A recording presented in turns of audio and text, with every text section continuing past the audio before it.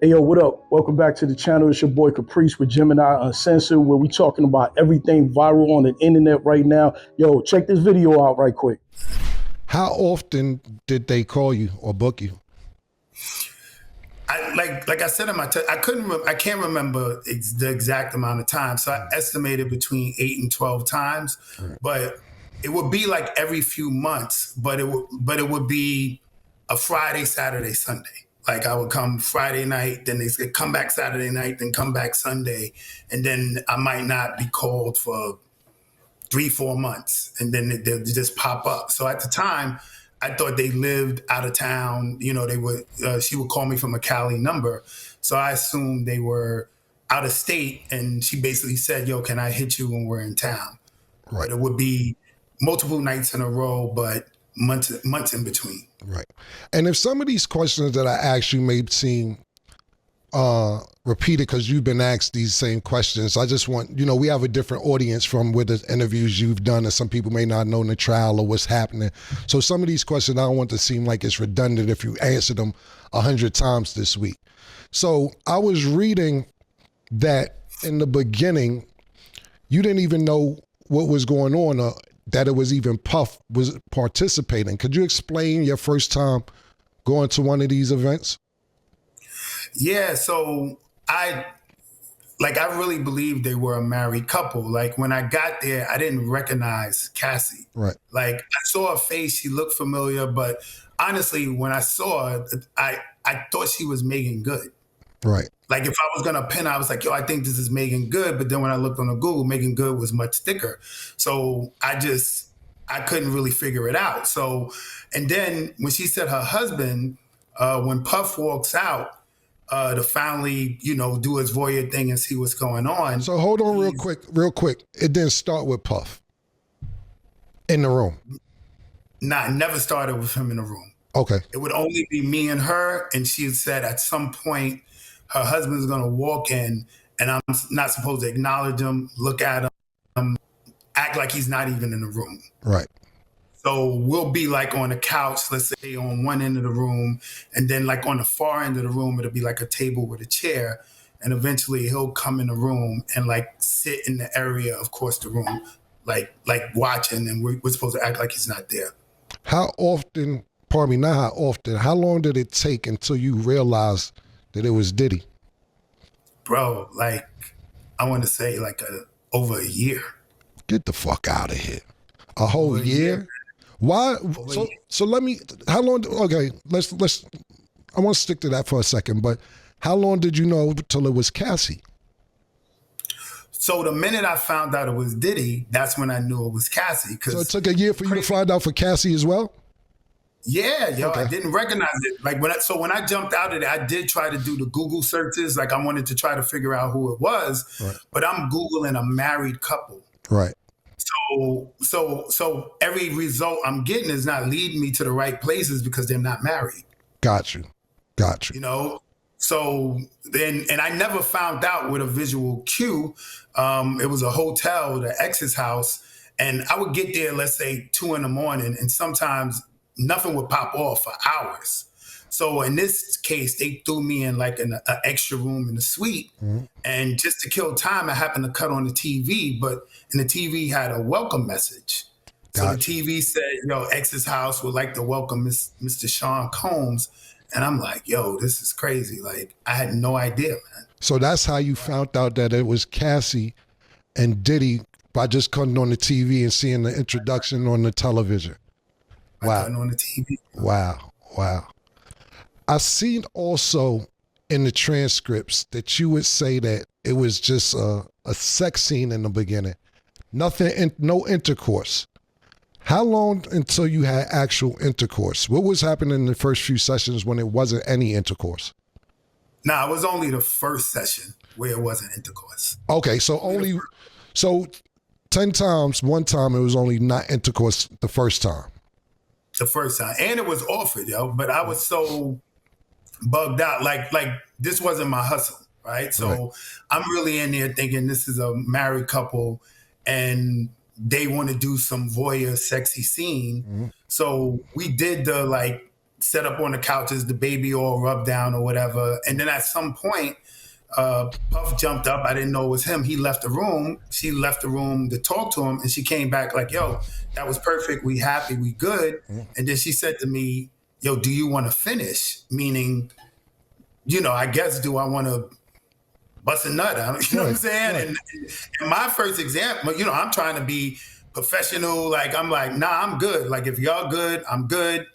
This ain't about me. And I just left. But she did say, all right, well, when we get back in town, we want to hit you again. Is it okay? I'm like, yeah, I just got $2K to rub down like a super bad chick. So of course I'm down if you want to hit me back. But it was offered to me the first time and I actually turned it down, trying to be on some professional. Right. Was baby oil mandatory? Mandatory, Yeah, he got a baby oil. That's just mandatory. I seen also in the transcripts that you said it was just supposed to be like a sexy scene, meaning that Puff would tell you to move the candles a certain way or tell her to move the candles a certain way for lighting purposes for his visual. Could you explain that? Yeah, so like when I first got in there, she made it clear that this was a scene we were setting up for her husband.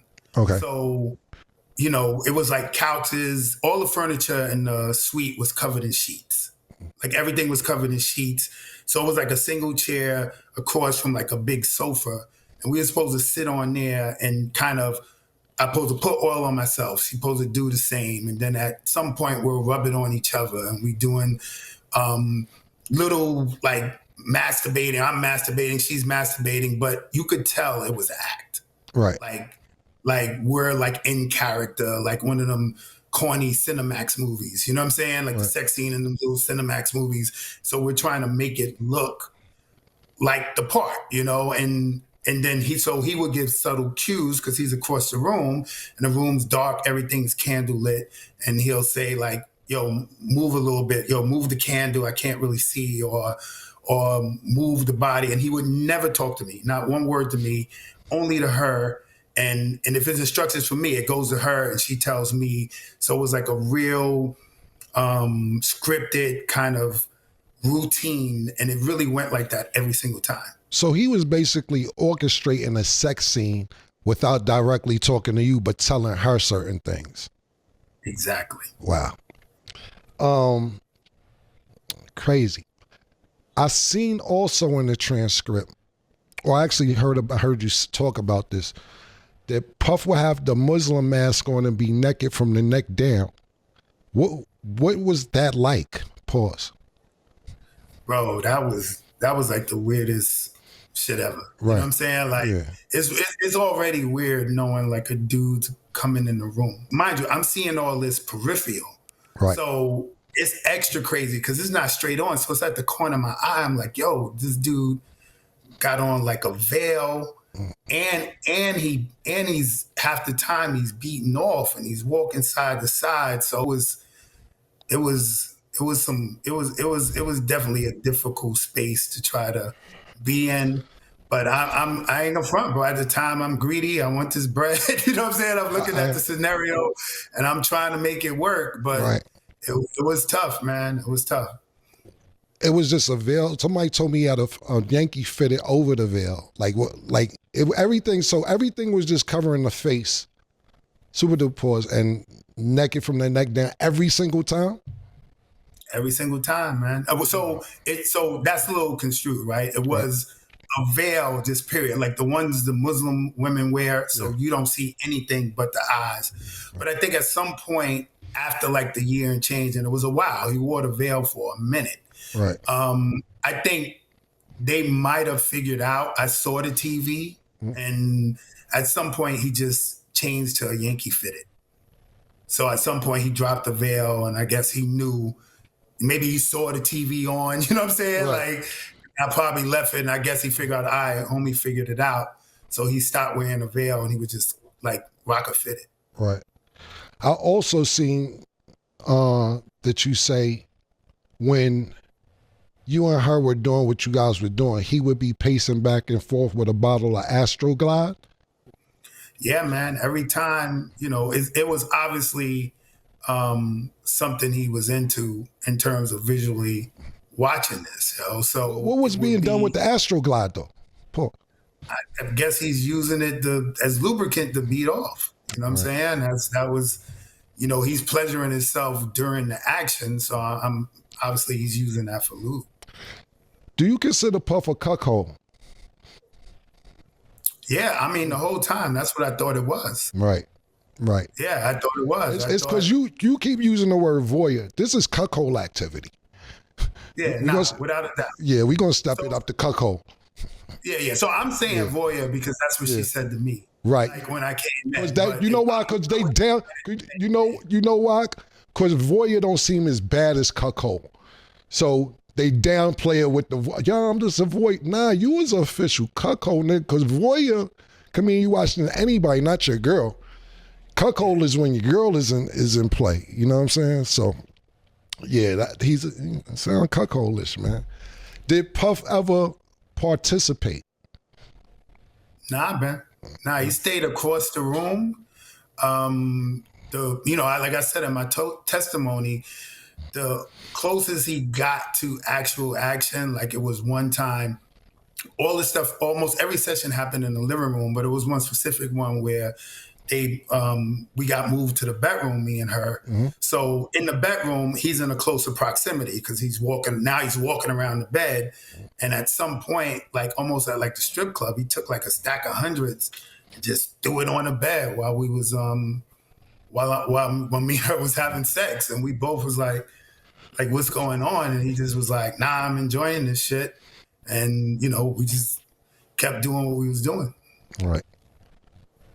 So the nigga basically, pardon me, I'm gathering information as we talk. Y'all in the bed, he's circling the room, takes out second hundred, just throw it on the bed. Throw it on the bed. Wow. It's crazy. Sorry about that. I was just thinking, what was the most money you made doing this with them? Every single time I came, it was $1,200 or $2,000. But like I said, sometimes I could come 3 days in a row. Right. So so it would be $1,200, $2,000, $1,200 for that. You know what I'm saying? For that session. 3 days. Yeah, exactly. Got you. And it will last 2-3 days? Yeah, 2-3 days, but not straight. Like a few hours, I'll go home, you'll come back again. A few hours, I'll go home, come back again. You know? That nigga's on time. That nigga's on clockwork. That's a wild nigga, man. I also seen that you say Cassie said she felt comfortable with you. Did you take that as she liked you? Not really. I knew it was clear, man. This was something we were setting up for her dude, right? At the time, I'm thinking her husband, because she said this to me the very first encounter, right? So I didn't think it was a personable, she's into me, but obviously, if this is something that has to be done based on their sexual fetish, well, she's going to do it with somebody that, all right, I'm comfortable with this dude, you know? Right. So I always took it as however the vibe was, however things went, it worked for her. So that's why she said, I want to call you back, you know? Got you. Did Puff ever appear jealous while you guys were having intercourse or participating with each other? Not at all, man. Not at all. It was like shit. good to go. Like I told you, the focus was making sure he got the right visuals, the lighting was right, we put more baby oil on. Like he was into it from an enjoyment standpoint, not. Yeah. So, but you saying he basically never was jealous. Did Cassie ever reach out to you without Puff? Nah, it was strictly business. And honestly, man, I wasn't even trying to play that, get caught up in some type of fantasy. I know one of the other dudes got caught up in some fantasy of they could be together. I knew what it was, man. Right. She with a dude in $30,000 a night suites. Like I move, I can pull it off with chicks, but that's a tough act to follow. You know what I'm saying? So I saw it as an opportunity, man, and I was just trying to come through to, come up whatever way I could with that easy money, how I saw it. Yeah, I ain't knocking you, my nigga. How was that pussy, though? I mean, bro, even if it was fire. Bro, was the pussy good for your family? Let's stop the political shit. We was Harlem time, my nigga. You 39th Street on 40th. Was the pussy, how was that pussy, my nigga? Bro, I'm going to be honest with you, man.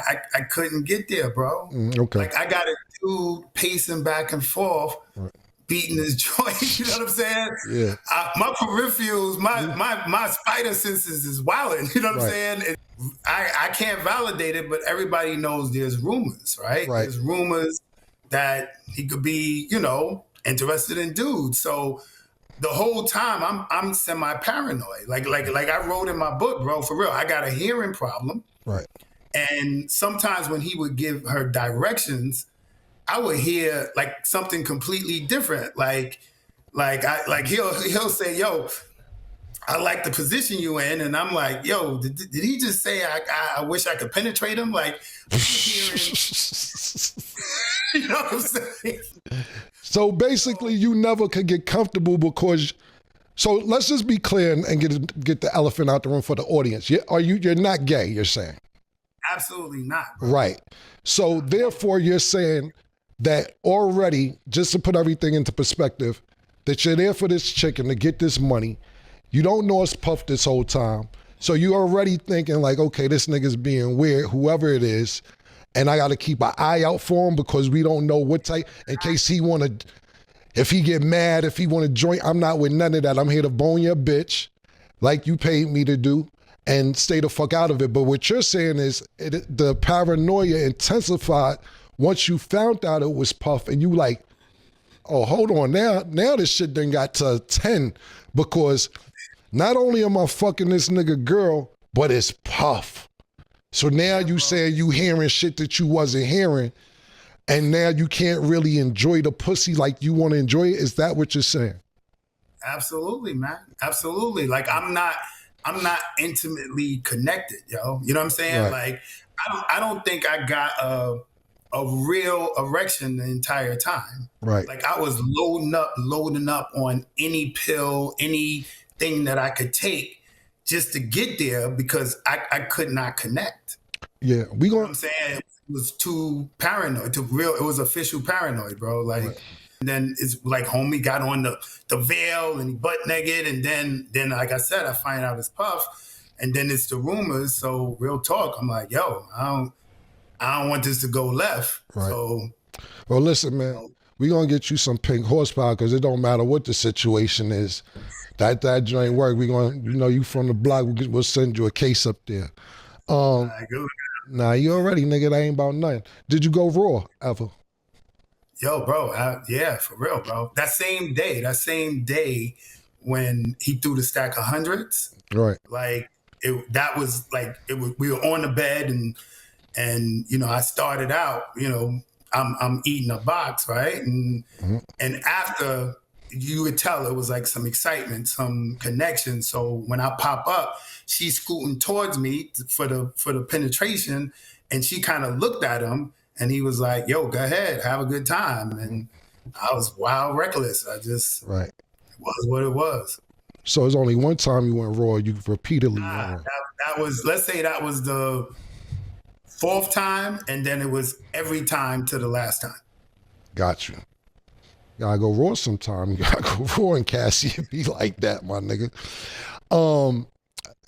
Some of my co-hosts, they got a couple questions for you, but I got one more question before they ask you a couple questions.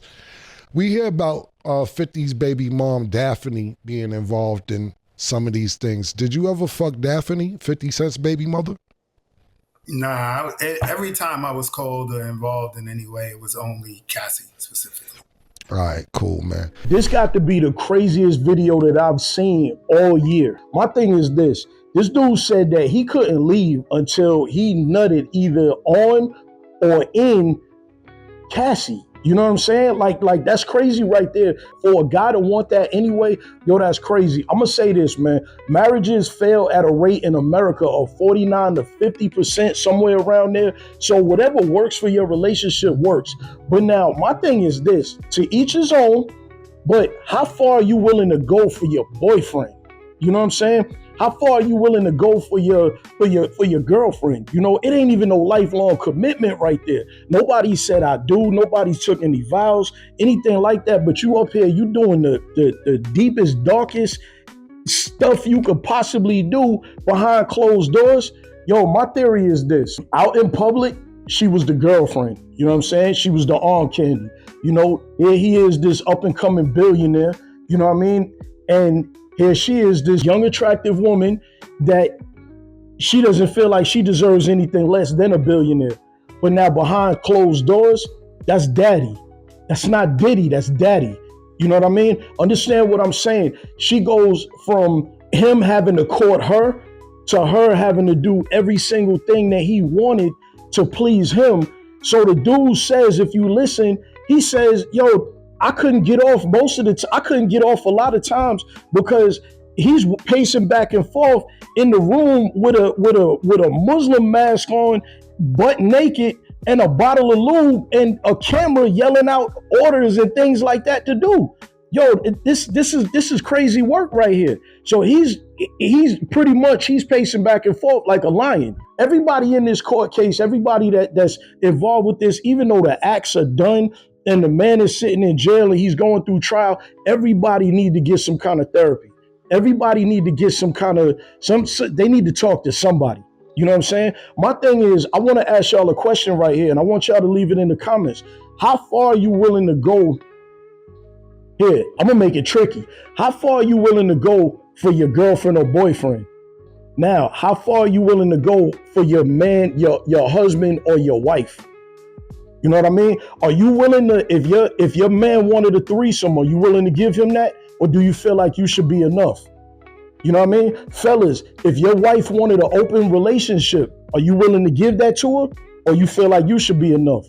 Because a lot of times we don't even talk about these things in relationships. We just kind of take them, right?